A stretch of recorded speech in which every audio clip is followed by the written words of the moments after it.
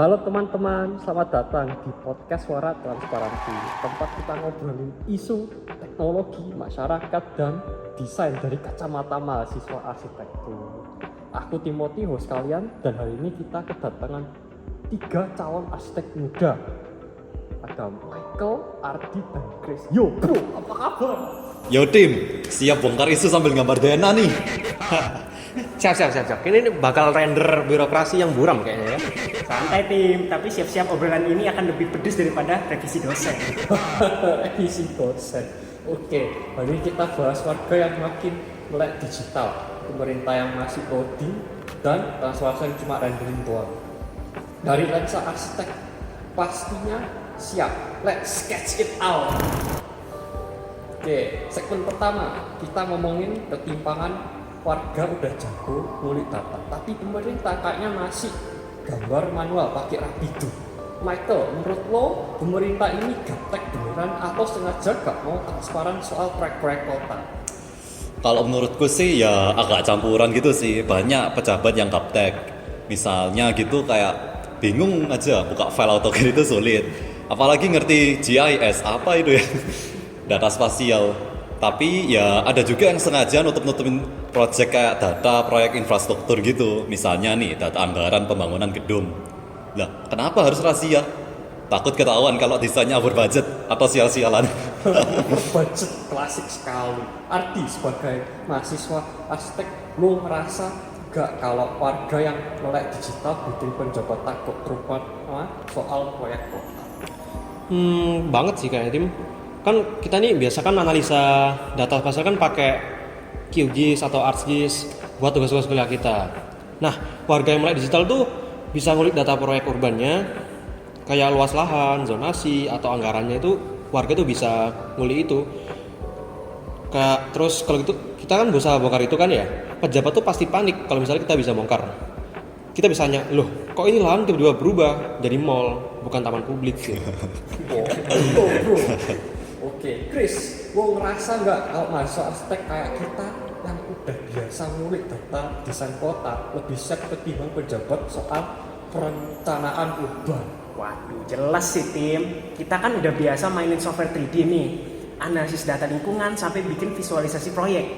Sementara penjabat, banyak yang cuma bisa teken kontrak tanpa ngerti desain. Kalau warga lebih jago ngulik data, harusnya kita yang perlu bikin kota yang lebih transparan. Bukan cuma ngandelin penjabat yang cuma bisa bikin mood board doang. Mood board korupsi. Iya. Mood board korupsi. Oke, kita sekarang akan ke segmen berikutnya, transparansi yang cuma kosmetik. Oke, segmen kedua, pemerintah bilang digitalisasi tanpa transparansi, tapi kok masih kayak gambar perspektif buram. Ardi, lo ngerasa nggak kalau transparansi cuma jargon pencitraan, terutama di proyek arsitektur publik? Banget sih tim. Coba lo lihat portal data pemerintah soal proyek infrastruktur. Kata sih digital, tapi kok data penting kayak rencana anggaran atau spesifikasi bangunan disensor semua, atau bahkan nggak ada. Contoh nih, gue pernah cek data proyek jembatan di situs resmi, cuma ada nama proyek doang, sama foto-foto seremonialnya aja. Desain teknis nggak ada. Itu cuma rendering buat pencitraan aja sih. Oh, rendering doang. Oke. Michael, pernah nemu data publik soal proyek kota yang desain parah sampai ketawa atau marah nggak? Pernah sih kayaknya. Timku itu pernah coba ngulik data proyek revitalisasi taman kota. Nah, di laporan publiknya itu kolomnya itu biaya material cuma diisi TBD. Nah, aneh ya. TBD kan itu to be determined. Nah, ini taman udah beres, bro. Loh, tapi lainnya kok masih TBD? Ketawa sih aku. Tapi ya lebih marah dikit lah. Tapi jelas mereka sengaja biar kita nggak bisa audit apakah materialnya sesuai standar atau asal murah-murahan aja gitu. Memang parah ini. Oke, Chris, menurutmu data publik yang katanya rahasia negara itu sembunyi apa ya? Khususnya di proyek arsitek. Aduh, dua hal nih tim. Ada data teknis atau dosa proyek. Kalau cuma data desain atau anggaran, kenapa harus rahasia? Tapi kalau itu menyembunyi markup biaya pemilihan kontraktor yang dekat sama penjabat atau desain yang nggak sesuai standar, Ya jelas, mereka nutup-nutupin. Ini soal akuntabilitas. Kita sebagai arsitek masa depan kan pengen tahu duit pajak dipakai buat bangun apa. Oh, benar sekali. Ini bro-nya rasanya kayak detektif udah. Yuk ke pengalaman nyata di segmen ketiga. Segmen ketiga kita ceritain pengalaman nyata menghadapi birokrasi buram, khususnya soal proyek kota. Michael, lu pernah nggak data proyek arsitektur publik dapat tapi malah diancam atau diintimidasi?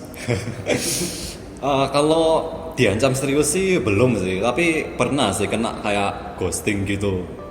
Saya itu pernah coba sih minta data desain bangunan publik lewat UU Keterbukaan Informasi Publik. Nah, responsnya data sedang diverifikasi 4 bulan. Udah 4 bulan kemudian masih diverifikasi. Nah, ini intimidasi halus sih, tapi ya bro, bikin kita malu sendiri. Padahal kita cuman mau tahu desainnya sesuai standar keselamatan atau enggak gitu. Wah, memang ghosting level sedinas ini. Arti, lo sendiri pernah nggak ngalamin hal serupa? Oh pernah juga nih tim. Ini coba minta data anggaran proyek kan ya di trotoar ramah disabilitas. Nah jawabannya data sensitif karena menyangkut keamanan publik. Lah trotoar kok sensitif? Ini kan cuma alasan biar gak ketahuan kalau anggarannya itu overpriced atau proyeknya asal-asalan aja. Nah kita ini sebagai calon arsitek nih kan kesel ya kayak kan ini desain tuh soal inklusif harusnya tuh transparan. Harus tanya Pak Gunten nih. Dokter sensitif. Wah.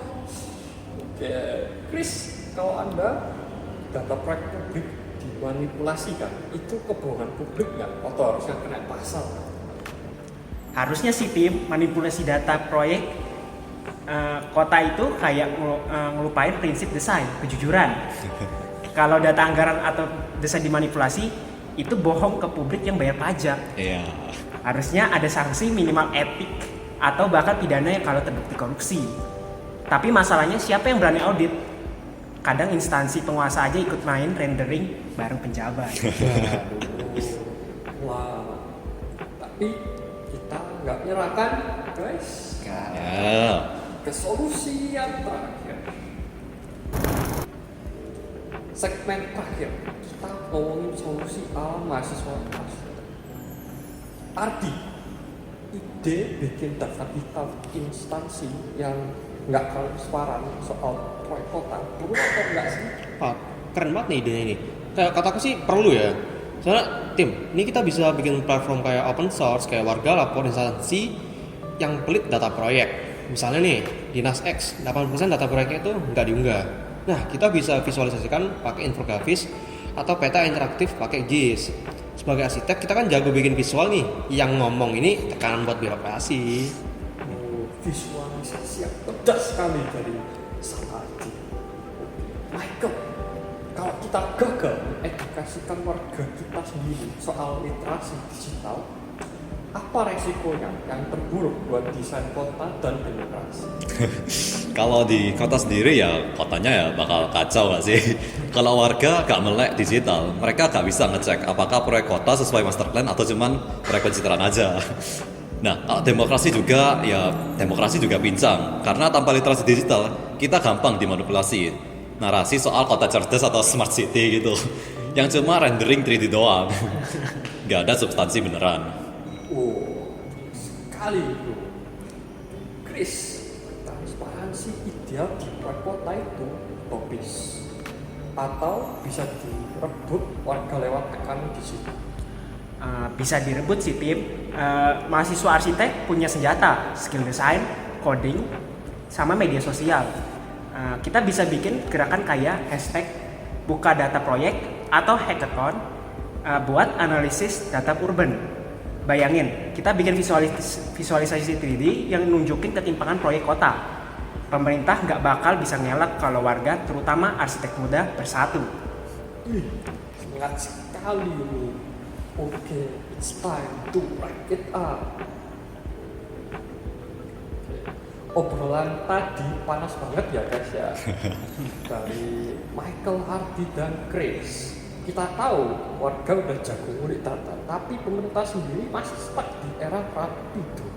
Transparansi proyek kota cuma rendering kalau datanya dikunci.